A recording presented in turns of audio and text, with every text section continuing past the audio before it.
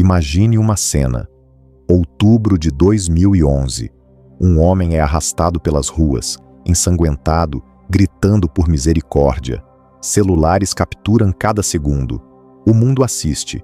Este homem, há apenas meses, era o líder de uma das nações mais prósperas da África. Seu nome? Muammar Gaddafi. E enquanto os gritos ecoavam naquelas ruas de concreto, líderes ocidentais comemoravam. Missão cumprida, diziam. A Líbia é livre. Mas 14 anos depois, a Líbia não existe mais como país. É um campo de batalha. Milícias lutando por poder. Mercados de escravos voltaram à África. Mercenários estrangeiros controlam cidades inteiras. Então me diga, o que realmente aconteceu ali? E se eu te disser que tudo isso foi planejado? Que a liberdade prometida era apenas uma cortina de fumaça? Fique comigo até o final desta história, porque o que você vai descobrir vai mudar completamente sua visão sobre intervenções humanitárias. E já que você está aqui buscando a verdade, que tal mostrar que esta história merece ser contada? Um like já ajuda mais pessoas a verem isso.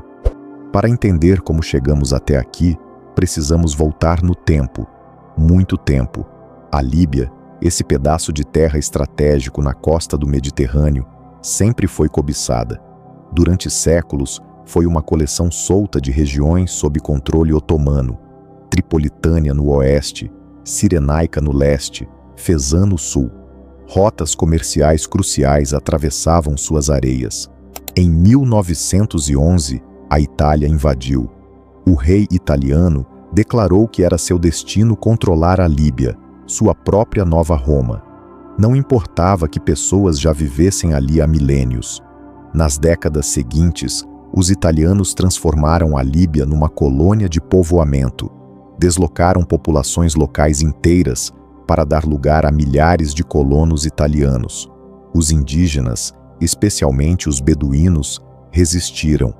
E foi aí que entrou na história um nome que todo africano deveria conhecer: Omar Mukhtar, conhecido como o Leão do Deserto. Este homem liderou uma guerra de guerrilha contra os invasores italianos nos desertos da Cirenaica por quase 2 décadas. Ele se tornou um símbolo vivo de resistência. Quando finalmente o capturaram e executaram em 1931, pensaram que sua lenda morreria com ele. Estavam errados. Mesmo na morte, Omar Mukhtar permaneceu mais vivo do que nunca na memória do seu povo.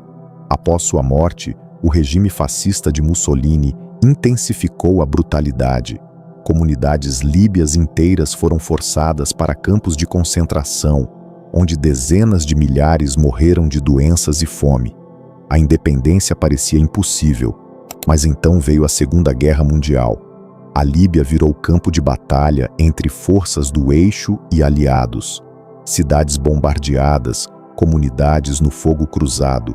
Quando a poeira baixou, a Itália havia perdido. Mas ganhar a guerra não significava que a Líbia estava livre. Os britânicos assumiram controle de Tripolitânia e Cirenaica. Os franceses ocuparam Fezan. Alguns queriam dividir a Líbia entre esses novos governantes. Outros defendiam independência total. Em 1949, algo histórico aconteceu. As Nações Unidas se envolveram. Após muitas negociações nos bastidores, aprovaram uma resolução para fazer da Líbia o primeiro país africano a ganhar independência no pós-guerra. Em 24 de dezembro de 1951, 2 anos após a resolução da ONU, a Líbia oficialmente se tornou um reino independente, liderado pelo rei Idris, um homem da poderosa ordem religiosa Senussi em Cirenaica. Era visto como unificador, alguém que manteria aquela terra dividida coesa. Mas havia um problema gigantesco.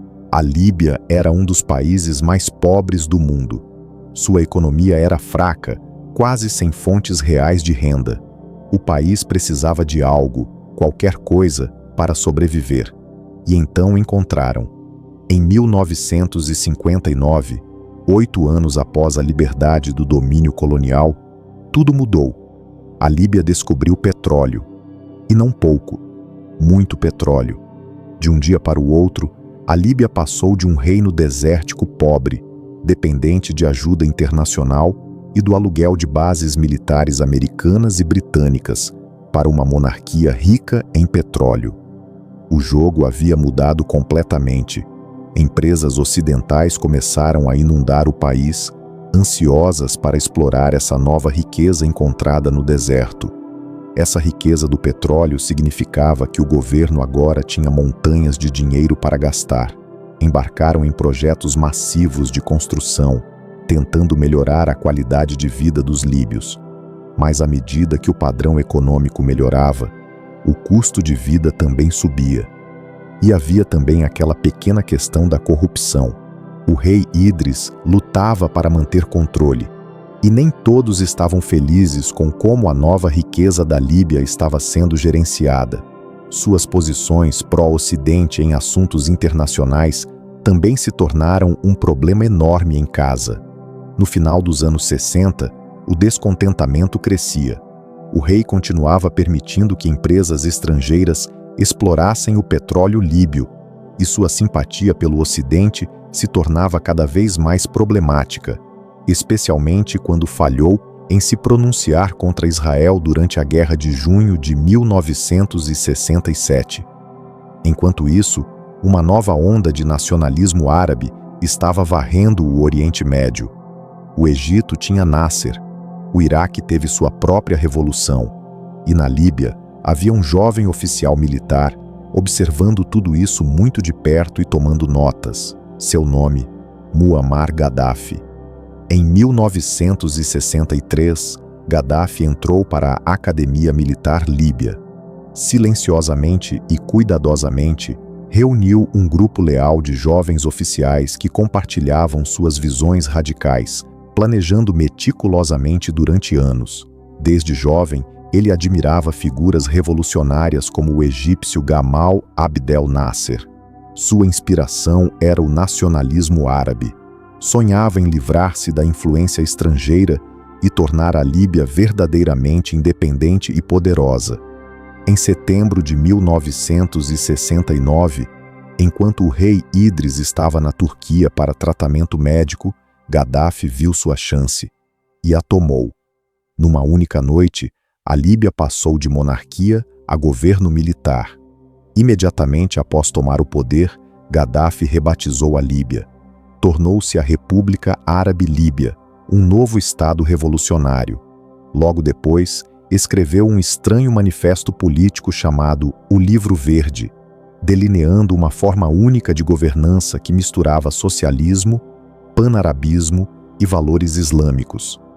Em 1977, o nome do país mudou novamente para Grande Jamahiriya, Árabe Líbia Popular Socialista. Nome longo, eu sei, mas basicamente significava governo pelas massas. Um dos primeiros e mais ousados movimentos de Gaddafi foi assumir controle dos vastos recursos petrolíferos da Líbia. Antes dele, corporações estrangeiras dominavam o petróleo líbio. Gaddafi mudou o jogo, expulsou bases militares ocidentais e renegociou ousadamente contratos com empresas estrangeiras. Quando resistiram, ameaçou nacionalização, eventualmente forçando-as a aceitar termos líbios. Essa jogada aumentou drasticamente a receita petrolífera da Líbia. Em questão de anos, a Líbia foi transformada em um dos países africanos mais ricos per capita. O país tinha os mais altos padrões de vida na África: saúde gratuita, educação gratuita, moradia financiada pelo governo. À medida que o país prosperava, Gaddafi introduziu políticas que achava protegeriam seu povo contra os males do capitalismo. Proibiu alugar casas para lucro, declarando que todo líbio tinha direito a possuir sua própria casa. Embora o princípio soasse nobre, causou caos e escassez de moradias, atrofiando o desenvolvimento imobiliário no processo. Mas Gaddafi não estava focado apenas em construir a Líbia a sua própria imagem. Estava ocupado no palco internacional também. Nos anos 80, Gaddafi não estava satisfeito só com a Líbia. Ele se via como o libertador e líder da África. Sonhava com Estados Unidos da África, um continente livre de influência ocidental. Despejou dinheiro e recursos em outros líderes africanos, tentando conquistar sua lealdade. Essa generosidade extravagante e carisma lhe renderam influência por todo o continente, mas suas ambições regionais encontraram resistência. Quando invadiu o Chad, tentando controlar a faixa de Auzou rica em minerais, o Chad, apoiado pela França, resistiu ferozmente. Após anos de guerra brutal no deserto, a Líbia foi eventualmente derrotada e forçada a recuar. Foi uma derrota humilhante para as ambições regionais de Gaddafi. No final dos anos 70 e 80, a reputação de Gaddafi estava escurecendo.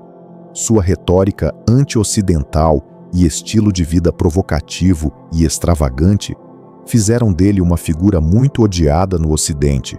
Ronald Reagan, ex-presidente do ZEUA, famosamente o rotulou como o cão louco do Oriente Médio.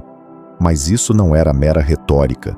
O relacionamento da Líbia com os Estados Unidos, que havia sido um importante parceiro comercial, deteriorou no início dos anos 80. Gaddafi foi acusado de financiar e apoiar ativamente organizações terroristas globalmente, do IRA na Irlanda ao grupo palestino de Abu Nidal. Houve uma série de restrições comerciais retaliatórias entre ambos os países. Quando as tensões escalaram em meados dos anos 80, culminaram em ataques aéreos americanos a Trípoli e Benghazi em 1986, nos quais a filha adotiva de Gaddafi foi morta. 2 anos depois, em 1988, o voo 103 da Pan Am explodiu sobre Lockerbie, na Escócia. Gaddafi foi diretamente implicado. Sanções e isolamento internacional se seguiram. A Líbia se tornou um estado pária internacional, mas as tensões não diminuíram. Sentindo-se cada vez mais ameaçado pelo Ocidente e inspirado pelo avanço nuclear do Paquistão, Gaddafi secretamente perseguiu armas nucleares ao longo do final dos anos 80 e 90. Comprou tecnologia nuclear de Abdul Qadir Khan, um cientista paquistanês, determinado a fortalecer as capacidades militares da Líbia. Mas inteligência internacional interceptou esses planos. Após vários anos de pressão intensa do Ocidente, Gaddafi dramaticamente abandonou o programa nuclear da Líbia, concordando em desmantelar toda a sua infraestrutura nuclear. No final dos anos 90, num esforço para reconquistar a comunidade internacional, a Líbia entregou os supostos perpetradores do atentado ao voo 103 da Pan Am às autoridades internacionais. Após abandonar seus programas nucleares, o Reino Unido restaurou relações diplomáticas com a Líbia no final da década, com sanções da ONU também sendo suspensas em 2003. De repente, Gaddafi começou a colaborar com agências de inteligência ocidentais contra o terrorismo. Líderes ocidentais que antes eram inimigos ferozes, agora acorriam a Trípoli. O primeiro-ministro britânico Tony Blair famosamente apertou a mão de Gaddafi numa tenda no deserto líbio. Empresas petrolíferas internacionais retornaram ansiosamente, assinando novos contratos lucrativos.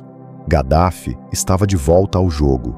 À medida que Gaddafi reconstruía sua imagem pessoal no exterior, também estava construindo sua fortuna pessoal. Enquanto publicamente pregava socialismo e simplicidade, privadamente Gaddafi e sua família desfrutavam de estilos de vida luxuosos no exterior. Acumularam bilhões em contas estrangeiras escondidas, possuíam vilas extravagantes, iates e coleções de arte caras. Com a liberdade política longe de ser realidade, as pessoas começaram a reclamar. Os dissidentes enfrentavam prisão ou morte. Execuções públicas eram comuns na época.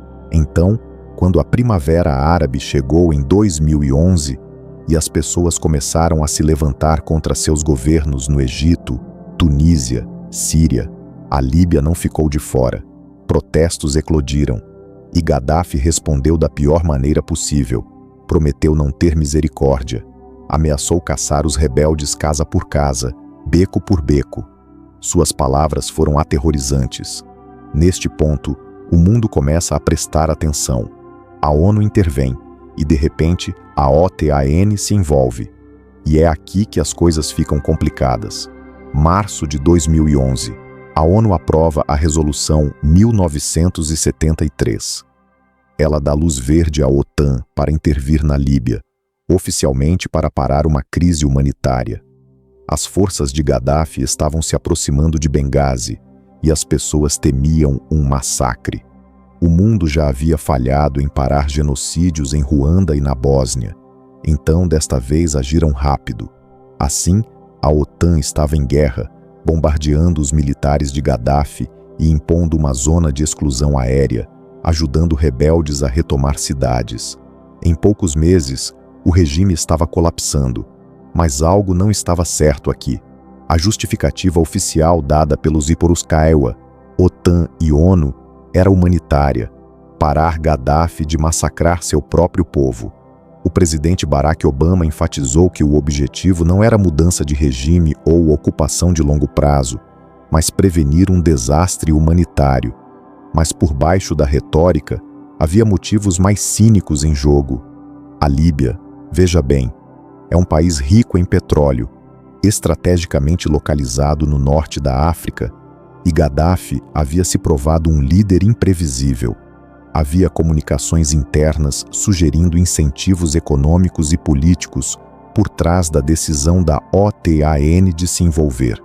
Um memorando de 2011 para a secretária de Estado dos Imercosewa, Hillary Clinton, sugeria que o presidente francês Nicolas Sarkozy era movido por um coquetel de incentivos menos nobres, incluindo desejo pelo petróleo líbio e medo de que o vasto suprimento de ouro de Gaddafi pudesse deslocar a primazia da França na região. Segundo este briefing de inteligência, os motivos da França para pressionar a intervenção incluíam aumentar sua participação no petróleo líbio, reforçar a influência francesa na África e melhorar a posição doméstica de Sarkozy. Alguns observadores também notaram que a intervenção da OTAN foi influenciada pelo desejo de reafirmar a influência ocidental na região durante a Primavera Árabe, garantir acesso aos recursos da Líbia e impedir que Gaddafi minasse sistemas financeiros africanos aliados ao Ocidente. Então, enquanto Barack Obama, David Cameron e Nicolas Sarkozy continuavam pregando a mensagem de obrigação moral, havia muito mais acontecendo nos bastidores. Em 19 de março de 2011, uma coalizão liderada pelos Estados Unidos lançou a Operação Odisseia do Amanhecer, iniciando ataques aéreos contra forças do governo líbio. Jatos de combate franceses foram os primeiros em ação, desabilitando dramaticamente uma coluna blindada leal fora de Benghazi, efetivamente parando o avanço de Gaddafi. A fase inicial viu Estados Unidos, França e Grã-Bretanha fortemente envolvidos em suprimir as defesas aéreas e blindados da Líbia. Logo depois, a OTAN assumiu o comando da operação em 31 de março de 2011. A Operação Protetor Unificado formalmente colocou a OTAN no comando da campanha aérea e bloqueio naval. A campanha líbia foi caracterizada por uma abordagem americana incomum. O governo Obama, preocupado com outro emaranhamento estilo Iraque, decidiu que os EUA apoiariam a missão, mas não tomariam a frente numa guerra prolongada. Washington forneceu ativos críticos nos dias iniciais: ataques de mísseis de cruzeiro, interferência eletrônica, drones de inteligência e reabastecimento aéreo para desabilitar as forças de Gaddafi. Depois entregou a responsabilidade primária aos aliados da OTAN. O presidente Obama descreveu esta estratégia como alinhar o poder dos EUA com uma coalizão internacional para que a América não arcasse com todo o fardo. Em termos práticos, o papel dos Estados Unidos após a primeira semana foi principalmente de apoio. Drones americanos patrulhavam os céus líbios e aeronaves dos EUA atacavam alvos conforme necessário, mas membros europeus da OTAN realizavam a maior parte dos bombardeios após abril de 2011. França e Grã-Bretanha eram os rostos públicos, com a OTAN fornecendo comando unificado que incluía contribuições de nações menores. Um total de 18 países eventualmente participaram militarmente, incluindo Canadá, Itália, Bélgica, Dinamarca, Noruega e até 3 estados árabes, Jordânia, Catar e Emirados Árabes Unidos, que enviaram jatos de combate e aeronaves de apoio. Ao longo da operação de 7 meses, a OTAN voou mais de 26.500 missões, incluindo cerca de 9.700 missões de ataque, atingindo milhares de alvos. Notavelmente, nenhuma tropa terrestre da OTAN foi implantada na Líbia. Forças especiais de alguns países, como conselheiros britânicos e franceses e unidades do Catar, supostamente ajudaram forças rebeldes líbias no terreno, mas oficialmente a OTAN dependeu exclusivamente de poder aéreo e apoio naval. Esta abordagem de apenas poder aéreo foi eficaz no curto prazo. Aterrou a força aérea de Gaddafi e metodicamente destruiu seu armamento pesado, nivelando o campo de batalha para os rebeldes levemente armados. Em agosto de 2011, rebeldes com cobertura aérea da OTAN avançaram para Trípoli e o governo de Gaddafi colapsou. O resultado militar imediato pareceu um sucesso para a OTAN. Houve 0 baixas de combate do lado da OTAN e, em outubro, os rebeldes líbios haviam efetivamente vencido a guerra civil. E em 20 de outubro de 2011, Gaddafi, que havia fugido da capital e se escondido em sua cidade natal de Sirte, foi encontrado pelo grupo rebelde. Arrastaram-no pelas ruas e brutalmente o assassinaram. Tudo enquanto faziam vídeos. Finalmente, o cão louco estava morto. O mundo comemorou. A Líbia estava livre. Missão cumprida, certo? Bem, não exatamente. Aqui é onde tudo desmorona. No momento em que Gaddafi se foi, a Líbia não tinha governo central, sem instituições, sem exército. Apenas um monte de milícias com armas. E logo começaram a lutar por poder, por terra, por petróleo. Nas semanas seguintes à queda de Gaddafi, as autoridades provisórias da Líbia, o Conselho Nacional de Transição, assumiram o poder em meio a grande otimismo. Exportações de petróleo, que haviam parado durante a guerra, foram retomadas. Países da OTAN e a ONU reconheceram a nova liderança. No entanto, por baixo da superfície esperançosa, sinais de alerta apareceram quase imediatamente. A forma como a OTAN executou sua intervenção significava que nenhuma força de paz foi implantada, e os rebeldes que lutaram contra Gaddafi não se desarmaram. Dezenas de milícias controlavam diferentes partes do território, incluindo a capital. Muitos depósitos de armas haviam sido saqueados. As novas autoridades tinham pouco controle sobre os inúmeros combatentes energizados pela vitória. Em outubro de 2011, à medida que o tiroteio comemorativo diminuía, surgiram relatos de acertos de contas e abusos de direitos humanos. Por exemplo, represálias contra suspeitos de lealdade a Gaddafi e trabalhadores migrantes subsaarianos, muitos dos quais foram acusados de serem mercenários. Nos anos seguintes, a Líbia se torna um campo de batalha. 2 governos rivais emergem, depois o ISIS aparece, depois mercenários estrangeiros, Rússia, Turquia, Emirados Árabes Unidos, Egito. Todo mundo começa a escolher lados e, consequentemente, a Líbia não é apenas um estado falido, é uma zona de guerra completa. Agora, aqui está a parte sobre a qual ninguém fala muito. Após a guerra que removeu Gaddafi, a Líbia se tornou o epicentro do tráfico humano. Migrantes da África tentando alcançar a Europa ficam presos na Líbia. Muitos são vendidos como escravos. Sim, mercados de escravos reais e modernos. Em 2017, A CNN descobriu filmagens de pessoas sendo leiloadas em Trípoli, e o mundo simplesmente seguiu em frente. Mas humanos não são as únicas mercadorias sendo traficadas na Líbia. Redes de contrabando floresceram em meio à anarquia. Armas saqueadas do arsenal de Gaddafi se espalharam por uma região inteira, já atormentada pela instabilidade. No início de 2013, um relatório da ONU alertou que armas estavam sendo contrabandeadas da Líbia a uma taxa alarmante, alimentando conflitos no Mali, Síria e além.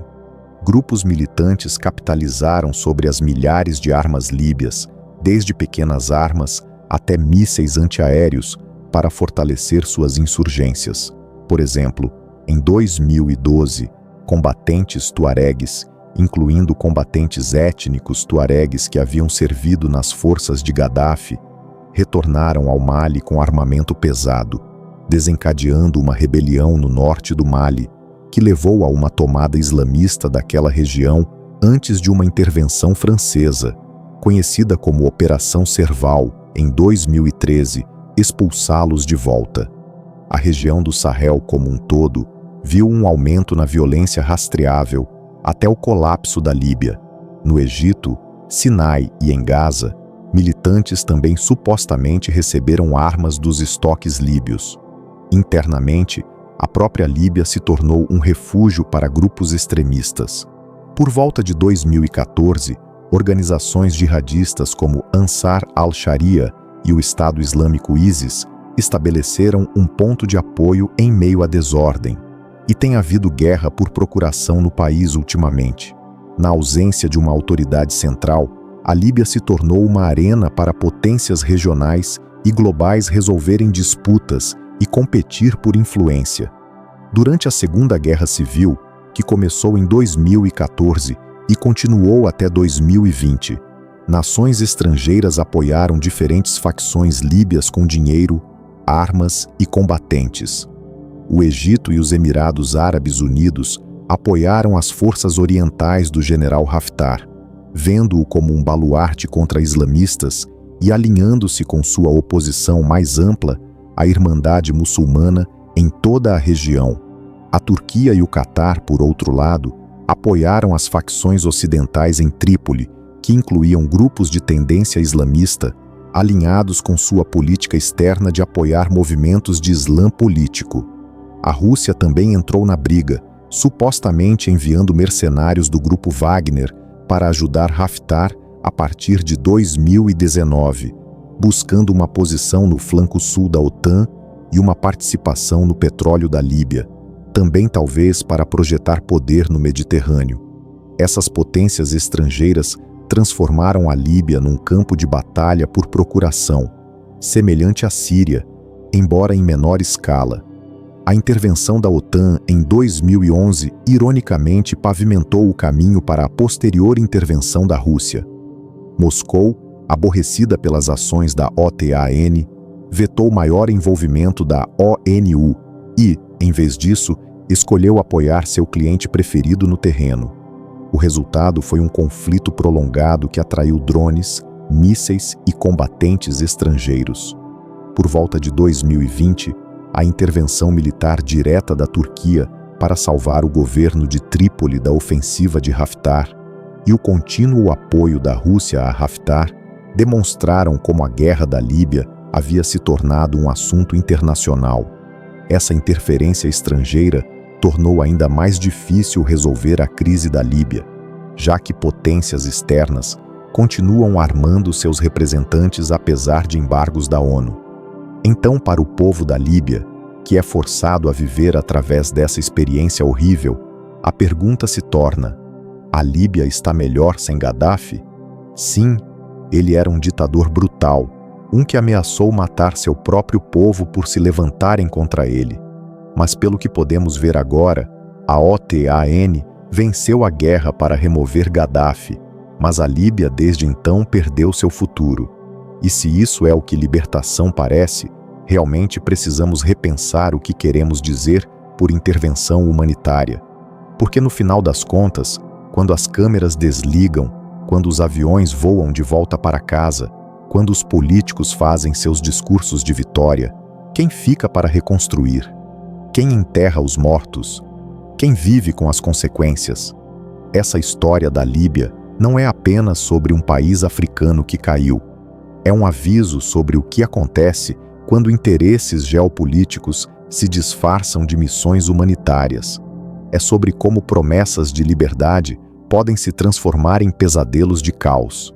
E, principalmente, é sobre como as grandes potências jogam xadrez com países inteiros como peças no tabuleiro. Se esta história te fez pensar diferente sobre o mundo, imagina quantas outras pessoas precisam ouvir isso.